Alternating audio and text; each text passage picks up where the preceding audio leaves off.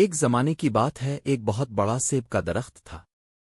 ایک چھوٹا سا لڑکا روز اس کے پاس آتا اور اس کے گرد کھیلتا۔ وہ درخت پر چڑھتا، سیب کھاتا، اس کے سائے میں سو جاتا۔ اسے وہ درخت بہت پیارا تھا اور درخت بھی اس لڑکے سے محبت کرتا تھا۔ وقت گزرتا گیا، لڑکا بڑا ہو گیا اور اب وہ روز درخت کے پاس کھیلنے نہیں آتا تھا۔ ایک دن لڑکا واپس آیا، وہ بہت اداس لگ رہا تھا۔ درخت نے کہا، آؤ میرے ساتھ کھیلو۔ لڑکے نے جواب دیا، اب میں بچہ نہیں رہا، میں درختوں کے ساتھ نہیں کھیلتا۔ مجھے کھلونے چاہیے اور انہیں خریدنے کے لیے پیسے چاہیے۔ درخت نے کہا، میرے پاس پیسے تو نہیں، لیکن تم میرے سارے سیب توڑ لو اور انہیں بیچ دو، اس طرح تمہیں پیسے مل جائیں گے۔ یہ سن کر لڑکا بہت خوش ہو گیا۔ اس نے درخت کے سارے سیب توڑ لیے اور خوشی خوشی چلا گیا۔ اس کے بعد وہ لڑکا کبھی واپس نہ آیا۔ درخت بہت اداس ہو گیا۔ ایک دن وہی لڑکا جو اب ایک جوان آدمی بن چکا تھا دوبارہ آیا۔ درخت اسے دیکھ کر بہت خوش ہوا اور بولا، آؤ میرے ساتھ کھیلو۔ آدمی نے کہا، میرے پاس کھیلنے کا وقت نہیں، مجھے اپنے خاندان کے لیے کام کرنا ہے، ہمیں رہنے کے لیے ایک گھر چاہیے، کیا تم میری مدد کر سکتے ہو؟ درخت نے کہا، میرے پاس کوئی گھر تو نہیں، لیکن تم میری شاخیں کاٹ لو اور ان سے اپنا گھر بنا لو۔ آدمی نے درخت کی ساری شاخیں کاٹ دیں اور خوشی خوشی چلا گیا۔ درخت اس کی خوشی پر خوش تھا، مگر وہ آدمی پھر کبھی واپس نہ آیا۔ درخت ایک بار پھر اکیلا اور غمگین ہو گیا۔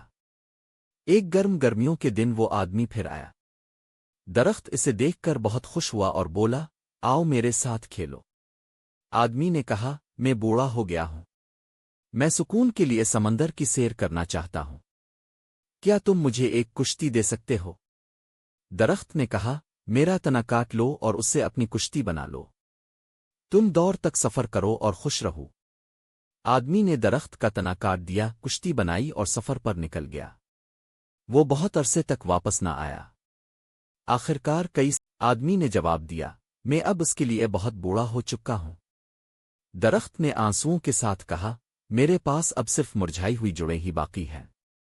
آدمی نے کہا، اب مجھے زیادہ کچھ نہیں چاہیے، بس آرام کرنے کے لیے ایک جگہ چاہیے، میں ان سب سالوں کے بعد بہت تھک گیا ہوں۔